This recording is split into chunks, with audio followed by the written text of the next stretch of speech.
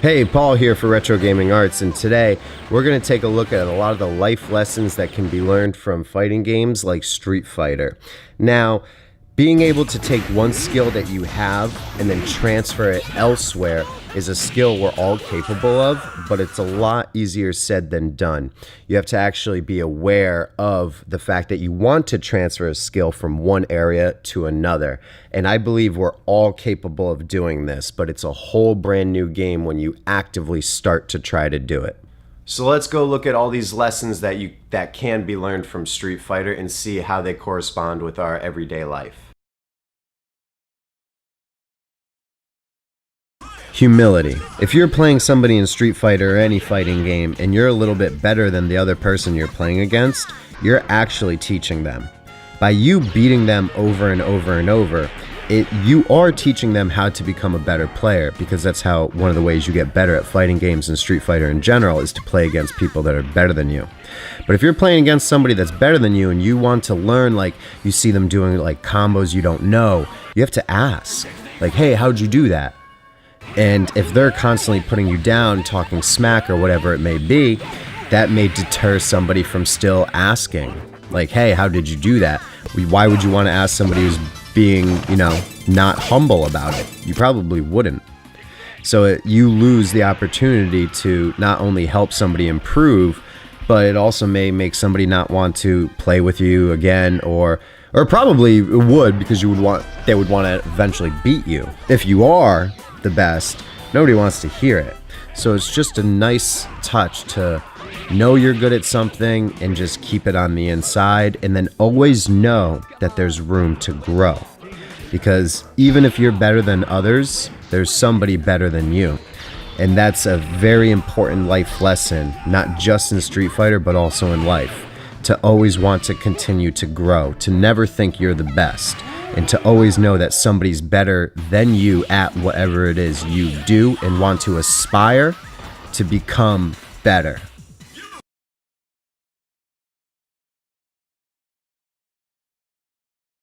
Introspection. It's so important to be able to look at yourself and analyze yourself and figure out what are you doing wrong, not just in Street Fighter but also in real life. Now in Street Fighter, it may be, okay, if somebody's throwing you into a corner, jumping into you and just pummeling you over and over, you need to be able to look at yourself and say, okay, what am I doing wrong that's allowing this person to get me into the corner so easily? Or if somebody keeps shoryukening you on the wake up, you have to think, okay, how do I continuously put myself in this position? What am I doing wrong that allows them so easily to get me into these opportunities where they can pummel me or combo me or whatever? You need to truly be able to look at yourself and figure out what you need to change in order to combat and grow and become better, and then counter them. You can't just think, oh, they're better than me, so they're always going to get me in the corner. It's not like that. You really have to figure yourself out. And it hurts. It hurts to be able to look at yourself deep and say, this is what I'm doing wrong. And those are the fundamental building blocks of becoming a better person in real life. If something doesn't work, try something else. If you try to shoryuken somebody every time they knock you down and you get tripped, don't try to shoryuken them anymore. Try a different move. Figure out what works. Try something else. And the same thing is in real life. If you're dissatisfied with the job that you have, or if you're dissatisfied with your living situation or the amount of money you make or the car you have, whatever, it doesn't matter. You can always change what you have, but you need to look at yourself to figure out what you can do to improve yourself, which will improve your quality of life around you. And it hurts. It hurts because a lot of us, we want to think like we've tried so hard in life and we've done, all these things. We want to just think that we're okay. But for the most part, we're not. There's always something that we can improve. There's always something that we can stop doing or start doing. For everybody in every situation, none of us are perfect, and we can always improve ourselves. And that's the goal, is constant self-improvement. Whether it be in fighting games or in real life, But in order to improve yourself, whether it be in a fighting game, in Street Fighter, or in real life, you truly need to be able to look deep at yourself and figure out what you're doing wrong. What am I doing in life that's not allowing me to get the things that I want? What am I doing wrong? And that's a huge aspect of not only just Street Fighter, but real life as well.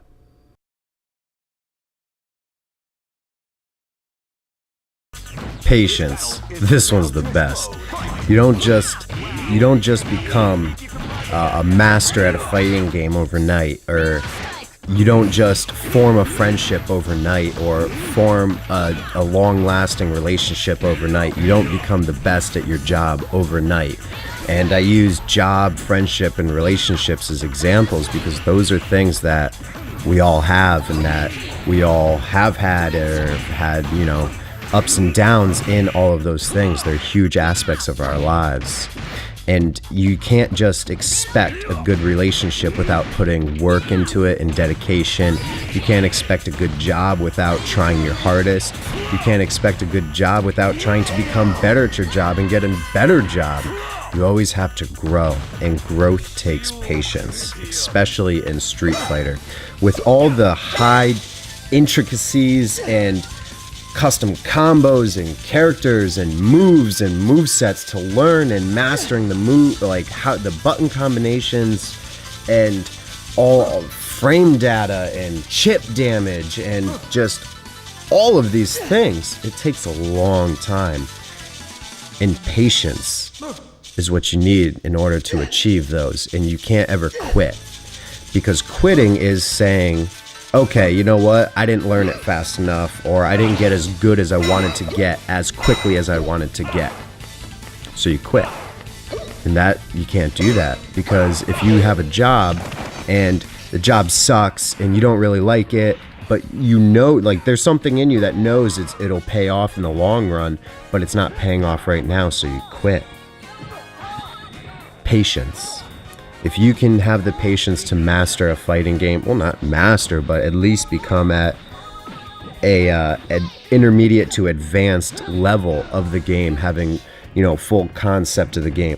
You get to that level, I feel, when you're playing mind games with the people that you're playing with, because you both know all the ins and outs of the games. And if you're trying to psych somebody out while playing them, and if that's your main mode of attack, and they're doing the same thing, that's how you know you're at intermediate to advanced level. Like master, that's a whole new thing, but it takes patience to get there. You have to dedicate your time and dedicate to wanting to improve. And the same exact thing goes with life. Nothing's just happens. No great things just happen without hard work. And if you put 8 months or 9 months or 10 months of hard work into something and you don't get results, you don't quit. Don't at all in anything. Never. Don't ever quit. Keep going. Keep persevering. Keep at it, because you will get what you want. You will become better, and you will know whatever it is, and you will understand that other person, and you will get a friendship that will last forever, or a relationship and a bond that will go forever, and you will get a better job that will lead to an even better job, and you'll be able to retire and then just do whatever you want for the rest of your life if you have patience and you don't quit. Things suck and they're miserable for quite some time before they get good. And it takes a long time of misery and suffering and unhappiness before you can get what you want. And it takes patience.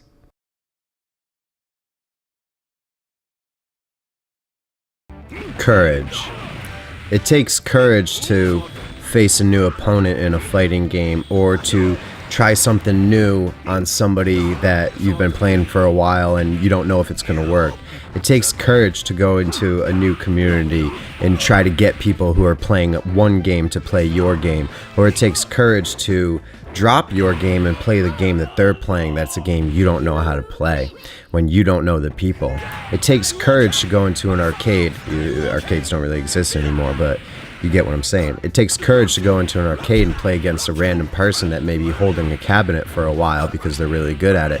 It takes courage to also do everything that I've said in this video so far. It takes courage to be humble about yourself and try to be humble in real life. It takes courage to look at yourself and figure out what you can do better so you can improve. It takes courage to look deep at yourself and try to make yourself better. It takes courage to be patient. Oh man, I'm about to invest everything in this job for the next, in the next 5 months are gonna suck. That takes courage to start that job knowing it's not going to be perfect in the first place right away. And it takes courage to know that you're going to have to dedicate yourself and be patient and try to fix anything that you can to improve. It takes courage to do all of these things. That's why I saved it for last. Probably should have said it first, knowing that courage just goes all around. It takes courage to stop doing something bad or start doing something good. And all these pressures of all these different things, they all pay off, but it takes patience because it takes a long time for everything to pay off. And you need courage to wait because waiting sucks. Clearly, fighting games were a huge part of my life, and I'm very thankful to have learned these life lessons. And I'm not a master at any of these lessons or at Street Fighter, by the way. Should have said that in the beginning as well. I'm not perfect and I'm nowhere near perfect, but I at least have tried to apply these skills to my real life, and that took courage. And I'm very fortunate to have gotten these lessons from video games. People look at video games and they're like, oh, it's entertainment, whatever. And they're like, oh, you're just wasting time. But if you can pull any lesson from a video game and use it to improve any aspect of your life, that is not time wasted. If you've ever laughed while playing a video game, that's not time wasted. And if you can laugh and enjoy and create bonds with other people and make friendships and learn lessons, that's the most valuable thing. Way more valuable than the price tag that it has. So thank you very much for watching. Let me know what you think about this video. Let me know if there's any lessons that you've learned throughout playing a video game or a fighting game specifically, or if you understand and if you can relate and you get anything that I was saying in this. Express that. Leave it in the comments. Let me know. Thank you guys very much for watching. Thank you for checking out all my other videos, subscribing, sharing, and all that kind of stuff. I appreciate all of that greatly. Thank you very much, and I'll see you next time.